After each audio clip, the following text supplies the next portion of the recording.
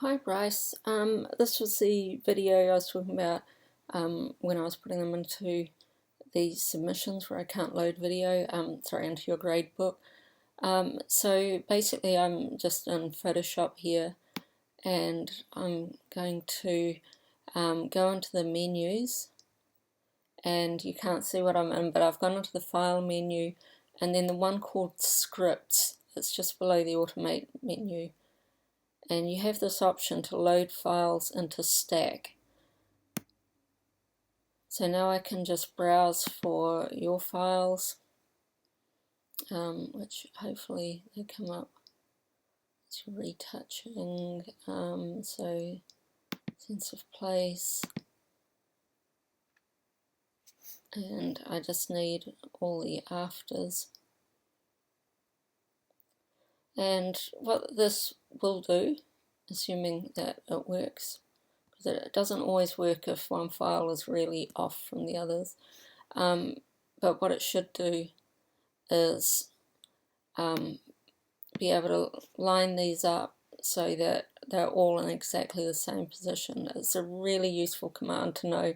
You can use it for anything from, say, wedding pictures or family portraits, where you've got every child and person, picking their nose or scratching their ear or looking the wrong way or talking. So you can just line all of the photos onto a stack and then just easily mask through the best of each person. So here is all of the after files, and all you need to do is check attempt to automatically align source images and then hit OK. And so it's just going to go through, open them all up. It'll take a minute or two. You can see that it's bending some of them. I assume that maybe your focal length changed. But this is pretty much it. Now you will lose some to the crop, obviously. You can also run these through Camera Raw if you need to do lens corrections on them. But say I now crop it down. Can't quite reach the top of the crop from there.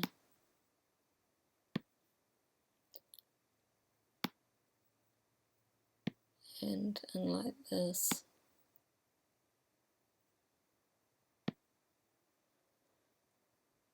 And then I just go ahead and crop it. Yeah, I need to crop it a little bit more on that side.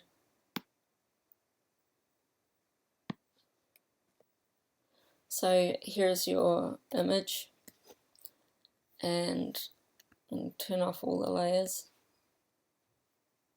Oh, it's got them in reverse, so I'll go in reverse. It's got one at the top. So here's your first layer. You can also, you'd obviously need to clone in a little bit. I don't know how all that would work, or crop in tighter. But now I'll bring in the second image. In fact, there's no difference between the first and the second, so I'm sorry. You can see what I've done. So first image, then second image.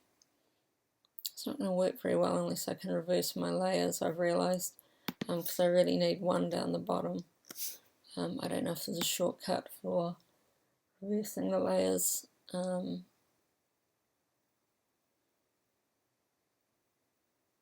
think there is. I've never had to use it anyway. Well, there's always a manual way to do it. Let me just get rid of... I'll just collapse the properties, I don't need them.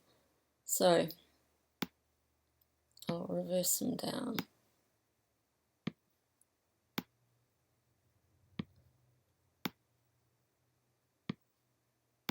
This will give you a good idea of what we actually have. So that should work. So here's the first image, and like I said, you'd have to crop in a lot tighter. This one was the one that was really out compared to the others. But I can actually see, looking at these, some of these are out even more. In fact, I'm tempted to recrop this. So you'll probably need a much tighter crop, which would mean that if you're shooting this way, if you were to redo the project, then the best way to do it would be to make sure that you've got a lot of wide area outside that you can work with. Okay, so image 1, image 2, you see we've got a little bit of the sky at the top. Image 3, image 4, and so the tree is always in the same place.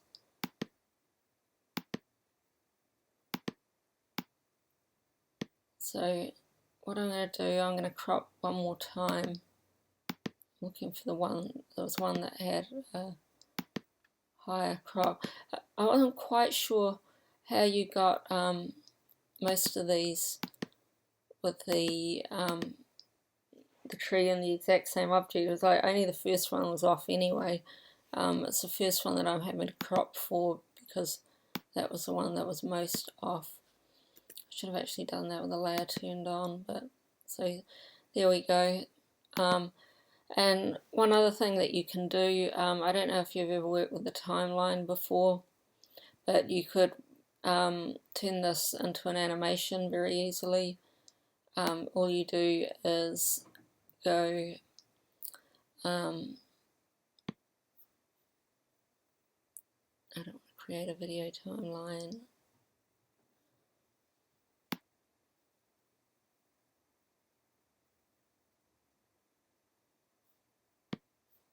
It should just be under here.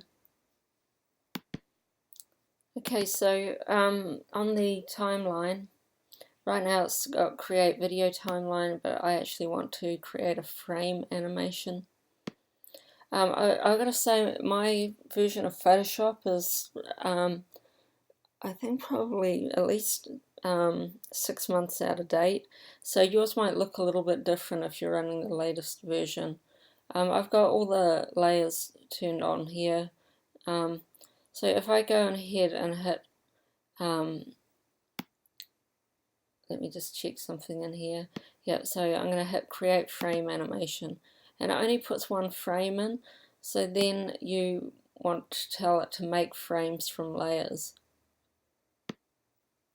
And here's the animation. When I play it, it's going to play really fast. So down here is where we have our duration. So you could change the duration here to, say, each one. I selected them all before I did that, so to half a second. You can choose to have it play back forever, so a permanent loop, and then you'll have something like that. So it's kind of like a really simple GIF animation.